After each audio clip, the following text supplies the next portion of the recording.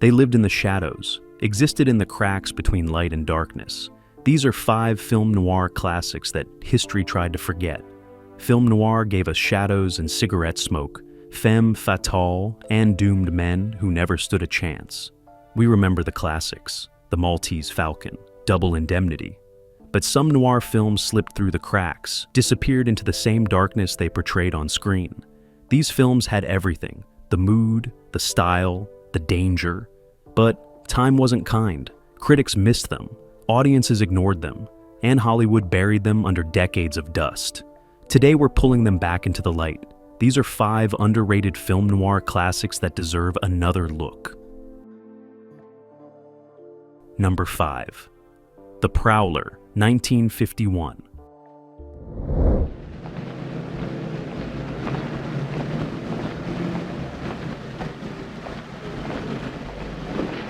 Well, she puts him over a slow flame. I hear that program every night. Is he your husband? He is. Then I'll go around on the side of the house in case he starts anything.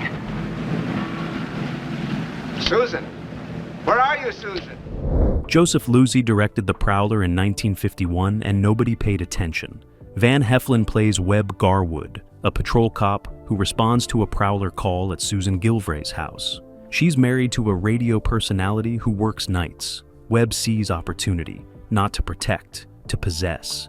He becomes the Prowler, starts showing up uninvited, seducing Susan, planning her husband's murder, making it look like an accident. This film went darker than most noir dared to go.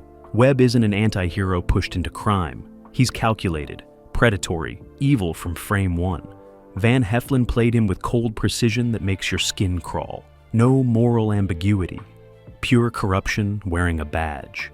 Losey shot The Prowler during the height of the Red Scare. He'd be blacklisted within months of its release, forced to flee to Europe. The film became collateral damage. Distributors didn't want to touch anything associated with suspected communists. The Prowler disappeared from theaters almost immediately. The production budget was minuscule, $200,000. Losey made every dollar visible on screen. The cinematography by Arthur Miller created suffocating Los Angeles heat. You can feel Susan's isolation in her Spanish revival house. Feel Webb's predatory presence in every shadow. Dalton Trumbo wrote the screenplay under a pseudonym. He was already blacklisted, couldn't use his real name. The script dissected post-war American masculinity and corruption with surgical precision.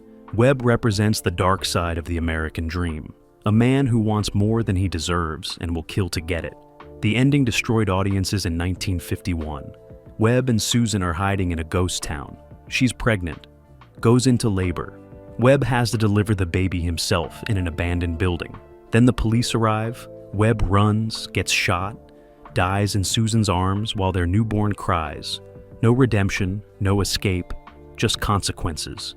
Critics who saw it praised the performances. Variety called it gripping. The Hollywood Reporter noted its brutal honesty, but praise couldn't save it. The blacklist tainted everything. The film played a few weeks, then vanished. Van Heflin never talked about The Prowler publicly. The role was too dark, too uncomfortable. He'd spent his career playing decent men. Webb Garwood was a monster. Heflin buried the performance along with the film. Evelyn Keyes played Susan with devastating vulnerability. She's trapped by circumstance and seduced by a psychopath. Keyes understood that Susan wasn't naive. She was desperate, lonely humans. The performance got lost in the blacklist chaos. The film's portrayal of police corruption was radical for 1951. Webb uses his badge as a weapon, intimidates witnesses, covers up murder. No film noir had shown law enforcement corrupting this explicitly. It made people uncomfortable. Studios wanted cops to be heroes. The Prowler suggested otherwise. Losey's direction built unbearable tension. Every scene feels dangerous. Susan's house becomes a prison. The ghost town becomes a tomb. The camera work traps characters in frames within frames, emphasizes their lack of escape. The climactic chase through the ghost town was shot in actual abandoned buildings outside Los Angeles. No permits, no safety measures. The structures were unstable. Van Heflin did his own stunts, ran through collapsing doorways and over rotting floors. One wrong step could have killed him. modern film scholars rediscovered the Prowler in the 80s, recognized it as essential noir.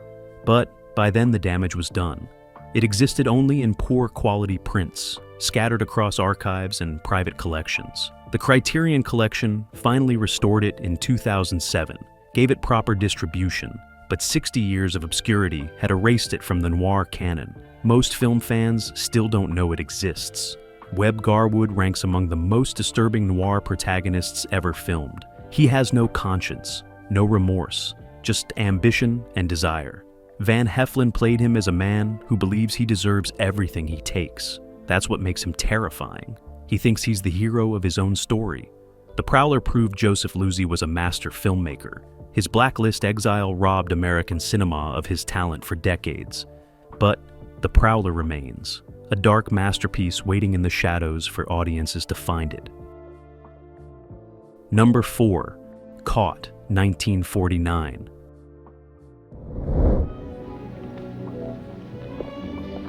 I'm not going, Maxie. How else do you think girls like us get to meet guys like that? Who paid for your charm school? I did.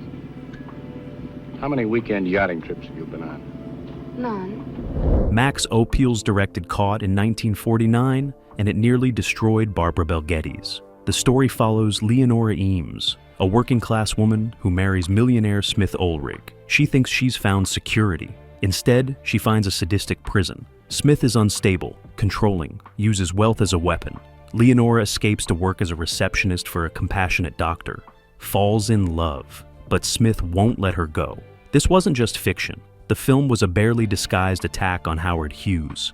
Ophuls and producer Wolfgang Reinhardt modeled Smith Ulrich directly on Hughes's treatment of women, his obsessive control, his manipulation, his cruelty. Everyone in Hollywood knew it. Hughes knew it. He tried to bury the film. Robert Ryan played Smith Ulrich with unhinged intensity. Ryan based the performance on stories he'd heard about Hughes, made Smith a monster who believes money justifies everything. The performance terrified audiences. This wasn't a charming villain. This was a predator. Hughes mobilized his considerable power against Caught, applied pressure to theater chains, threatened distributors. The film's release got delayed repeatedly. When it finally opened, many major markets wouldn't book it. The campaign worked. Caught died at the box office. Barbara Bel Geddes carried the film on her back. Fresh off her Broadway success in A Streetcar Named Desire, she brought devastating vulnerability to Leonora. You feel her hope curdle into fear. Watch her strength emerge from desperation. It's a performance of quiet power that got buried. James Mason played Dr. Larry Quinata, the good man who offers Leonora genuine love.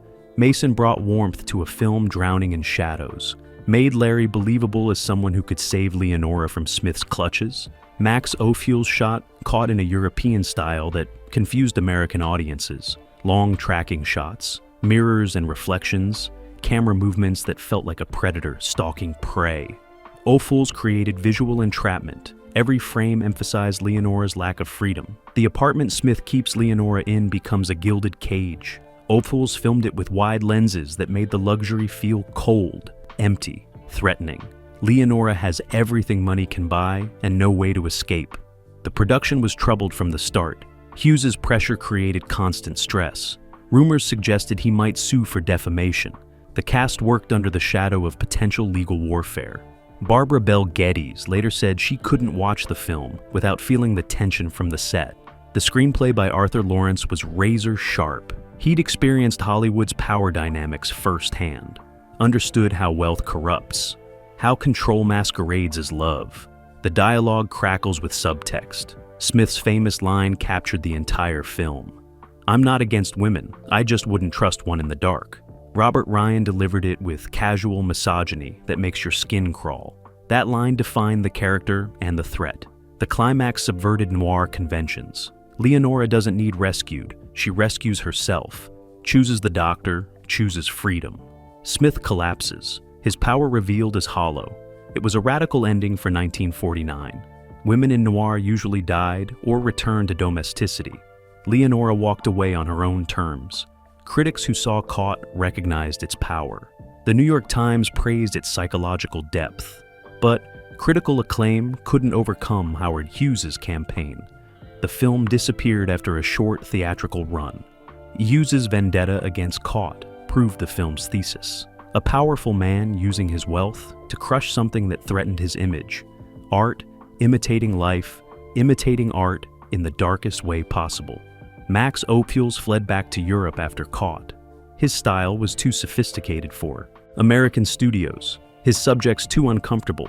He'd make masterpieces in France. But Caught remained his most direct attack on American wealth and power. The film's depiction of domestic abuse was groundbreaking. Smith doesn't hit Leonora. He destroys her psychologically, controls her movements, isolates her from friends. 1949 audiences weren't ready to call it abuse. They called it a bad marriage. We know better now. Barbara Bel Geddes never achieved the film stardom Caught should have brought her. She returned to Broadway, found success in television decades later on Dallas. But in 1949, she gave one of Noir's finest performances and watched it vanish. Caught exists in excellent condition now. The Library of Congress preserved it. Streaming services carry it. But 75 years of obscurity erased it from popular consciousness. Film noir collections mention it briefly. Move on to more famous titles. The irony is perfect. A film about a powerful man burying the truth got buried by a powerful man. It deserves resurrection. Number 3, He Ran All the Way, 1951. Nicky, Huh? you were howling in your sleep. All right, Mom. So I was howling.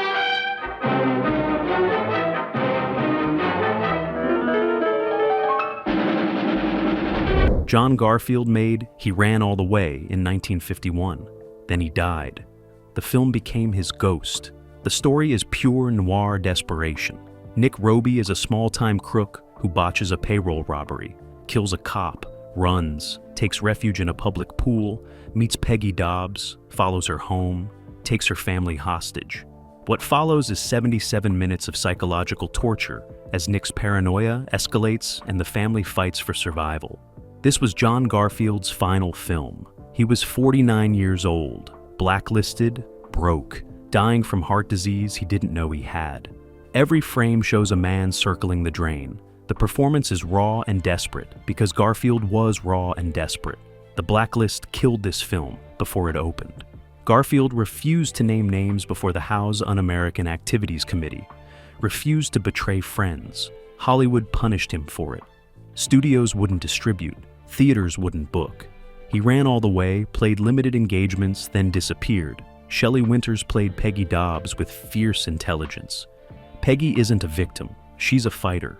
Winters understood that survival requires strength and deception. She plays Peggy's fear and cunning in equal measure. It's one of her finest performances. The director John Barry was also blacklisted. He Ran All the Way was his last American film for 2 decades. Barry would flee to France, direct in Europe, never regain his Hollywood career. The film became a casualty of politics and fear. Dalton Trumbo wrote the screenplay under yet another pseudonym. This marked his second appearance on this list. The blacklist forced Hollywood's best writers underground, made them use fake names, work for less money. Trumbo channeled his rage into Nick Roby, made him a product of poverty and hopelessness, a system that creates criminals then hunts them down. The film takes place almost entirely in the Dobbs family's cramped apartment. John Barry turned limitation into strength. The confined space becomes suffocating. Every room is a trap. Every door leads nowhere. The cinematography, by James Wong Howe, used deep shadows and harsh angles to create visual claustrophobia. The family dynamic added layers most hostage thrillers ignore. The father is weak, ineffectual. The mother is strong but bound by social expectations. The younger brother is angry and reckless. Peggy becomes the family's strategist, plans their survival while pretending to sympathize with Nick. The relationship between Nick and Peggy turns Stockholm Syndrome inside out. He holds them hostage but craves their acceptance, wants Peggy to love him even as he threatens to kill her family. Garfield played this contradiction perfectly. Nick is a monster who wants to be human and doesn't know how. The robbery sequence that opens the film is brutal and chaotic. No glamour, no style, just panic and violence. A security guard dies badly. Nick runs through industrial Los Angeles with blood on his hands. Barry shot it documentary style, made it feel real and ugly. Garfield's physical decline is visible on screen. He's bloated, sweating constantly, moving like a man whose body is failing. It wasn't acting. Garfield was dying. The heart disease would kill him a year later, age 39. He ran all the way, captured a man's final desperate performance. The supporting cast elevated the material. Wallace Ford as the father, Selena Royal as the mother, Bobby Hyatt as the brother. They all understood the stakes, played the family's terror and resilience with heartbreaking authenticity. The film's ending destroyed audiences. Nick tries to escape using Peggy as a shield. She breaks free. The police shoot Nick down in the street. He dies alone on the pavement while sirens wail. No redemption, no last-minute heroism. Just death as inevitable as it was meaningless. Critics dismissed He Ran All the Way when it opened, called it exploitation, sensationalism. They were wrong. The film is a character study of desperation, an examination of how poverty and hopelessness breed violence. It was too honest for 1951, too uncomfortable. The blacklist's shadow hangs over every frame. Garfield dying, Barry exiled, Trumbo writing under fake names. The film became a document of Hollywood's darkest period, a testament to artists who refused to compromise and paid the price. John Garfield died on May 21, 1952. Heart attack, alone in a friend's apartment. He was broke, blacklisted, forgotten. He Ran All the Way was still playing occasional second-run theaters. Nobody cared. His death barely made headlines. The film disappeared for decades, existed only in poor prints. Collectors traded bootlegs. Film scholars searched archives. It wasn't properly restored until the 2000s. By then, most people had forgotten John Garfield existed. Modern audiences discovering He Ran All the Way are shocked by its power. Garfield's performance ranks among the finest final roles any actor ever gave. Raw, desperate, unforgettable. The film noir community considers it essential. Mainstream audiences still don't know it exists. The irony cuts deep. A film about a man running until he has nowhere left to run. Made by artists blacklisted for their beliefs. Starring an actor dying from the stress of persecution. He Ran All the Way is more than noir. It's tragedy captured on celluloid. Number 2. The Reckless Moment, 1949. And he lives in a horrible, dirty hotel. When Ted called, he told me that's about what you'd say. Now, wait a minute.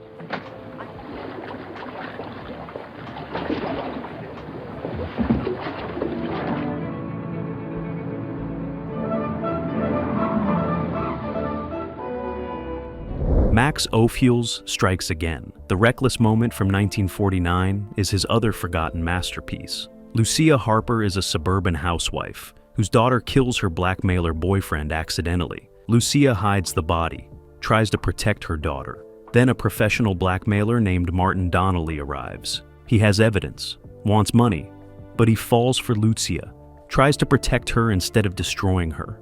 The collision between these two doomed people creates heartbreaking noir poetry. Joan Bennett played Lucia with fierce maternal determination.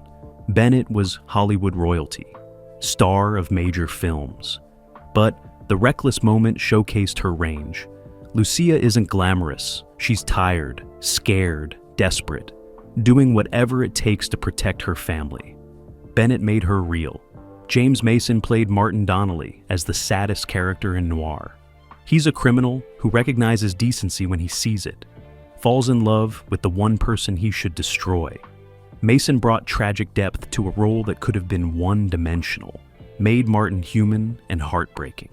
Max Ophüls directed with his signature style, fluid camera movements, mirrors and reflections, visual metaphors for emotional states. He turned a melodrama into poetry, made the mundane suburbs feel as dangerous as any dark alley. The film's location shooting in suburban Los Angeles was groundbreaking. Noir typically lived in urban shadows. The Reckless Moment proved evil exists in sunlit neighborhoods too, behind white picket fences, in kitchens and living rooms. Ophüls made comfort zones terrifying.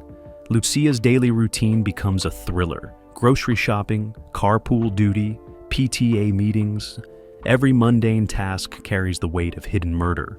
Ophuls filmed domesticity as a prison more confining than any jail cell.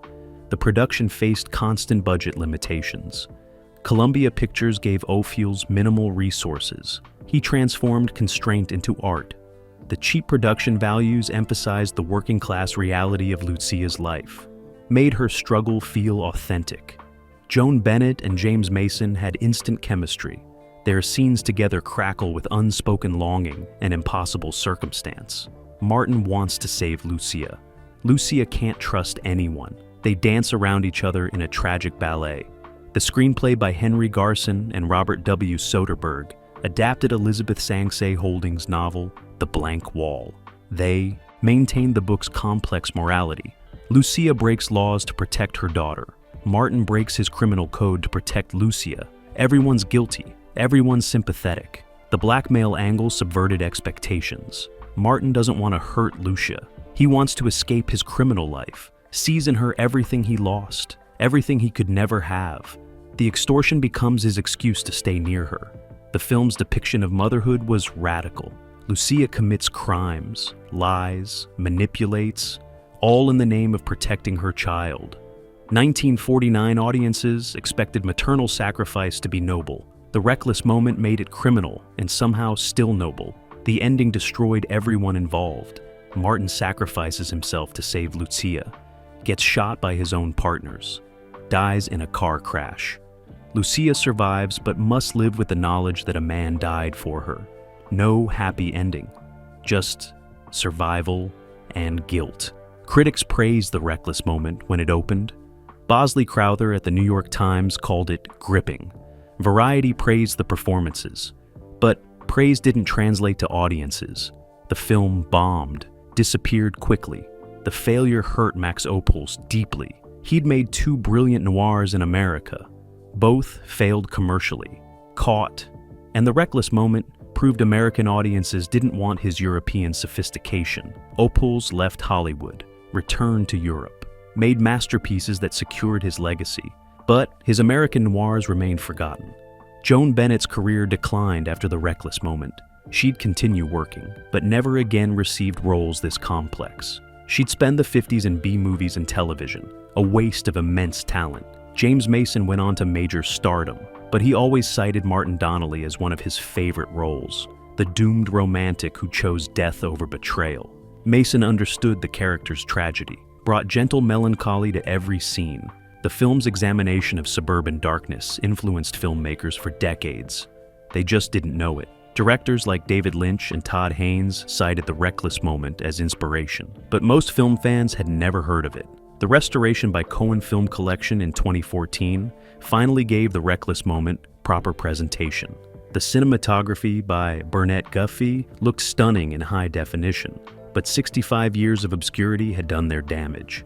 The film remained a secret known only to noir devotees. Modern viewers discovering The Reckless Moment are struck by its emotional power. This isn't a thriller. It's a tragedy about good people making terrible choices, about love emerging in impossible circumstances, about sacrifice that solves nothing and costs everything.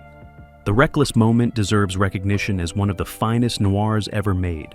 Ophuls' direction, Bennett's performance, Mason's heartbreak, all lost for decades because audiences wanted simpler stories, clearer morality, happy endings.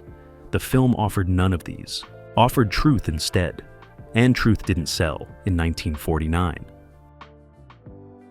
Number 1. The Stranger on the Third Floor, 1940.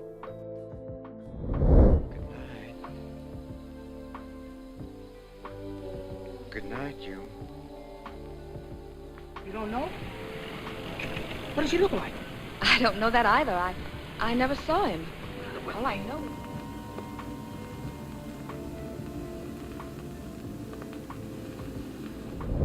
The Stranger on the Third Floor arrived in 1940. Film noir didn't officially exist yet. This film invented it. Reporter Mike Ward testifies against a drifter accused of murder, gets the man convicted on circumstantial evidence. Then Mike's neighbor gets murdered identically. Mike realizes he might have sent an innocent man to death row. His guilty conscience manifests as a stranger lurking in his building. Reality and nightmare blur until Mike can't tell them apart. This is the proto-noir, the template. Everything that would define the genre appeared here first. Expressionist shadows, subjective nightmare sequences, a protagonist tortured by guilt, urban paranoia, the corruption of institutions. The stranger on the third floor walked so every noir that followed could run. Peter Lorre had a supporting role as the stranger, the drifter everyone suspects. Lorre played him with bug-eyed intensity, made the stranger both victim and boogeyman. The performance lasted maybe 15 minutes of screen time, dominated the entire film. John Maguire played Mike Ward with escalating hysteria. Maguire understood that Mike's guilt was eating him alive, destroying his grip on sanity. The performance feels modern, raw, uncomfortable. Maguire made paranoia contagious. Director Boris Ingster came from Soviet cinema, brought European expressionism to Hollywood, shot the stranger on the third floor like a waking nightmare. Shadows that shouldn't exist, angles that disorient, a visual style that influenced every noir director who followed. The nightmare sequence changed cinema. Mike dreams of being accused of his neighbor's murder, convicted on circumstantial evidence just like the drifter, sentenced to death. The sequence runs 5 minutes without dialogue, pure visual storytelling, influenced everything from Spellbound to Inception. Cinematographer Nicholas Musaraka created the noir look, deep shadows, high contrast, angles that suggested a world tilted off axis. Musaraka would go on to shoot Out of the Past and other noir classics, but he developed the style here in 1940. Before the genre had a name, RKO produced The Stranger on the Third Floor for less than $200,000, shot it in 3 weeks. The budget limitations forced creative innovation. Ingster couldn't afford elaborate sets, used shadows and angles instead, made limitation into a revolutionary style. The story questioned institutional justice. Mike's testimony sends a man to death row, but Mike saw nothing conclusive, just circumstantial evidence. The film asked uncomfortable questions. What if the courts are wrong? What if innocent people die because witnesses were mistaken? 1940. America didn't want to hear it.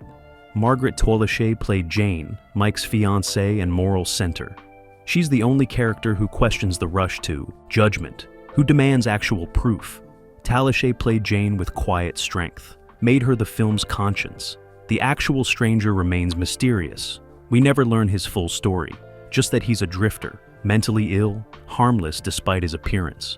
Lore made him sympathetic and frightening in equal measure, a masterclass in ambiguity.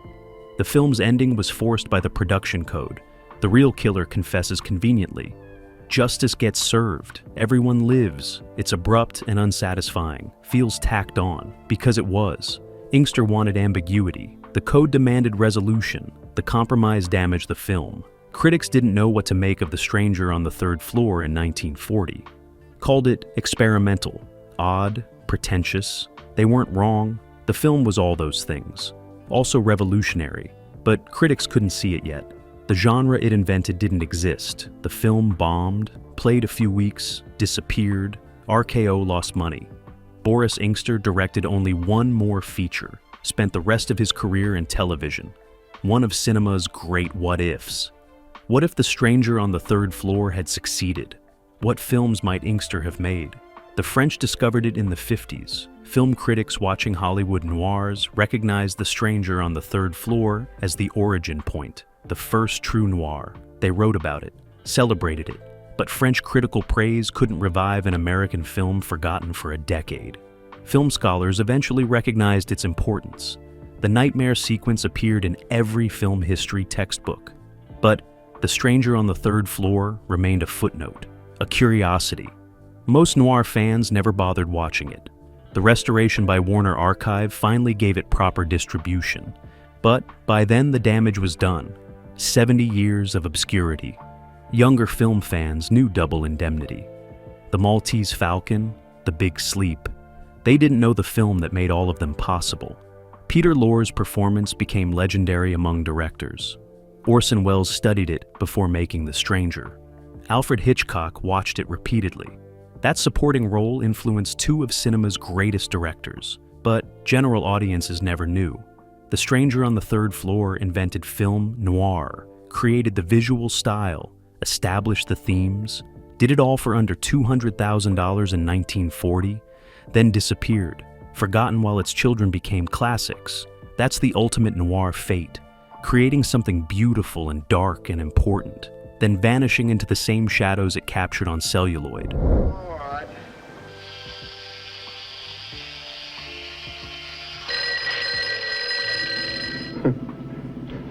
I don't see what's so funny about learning how to walk with a book on your head. I'm sorry.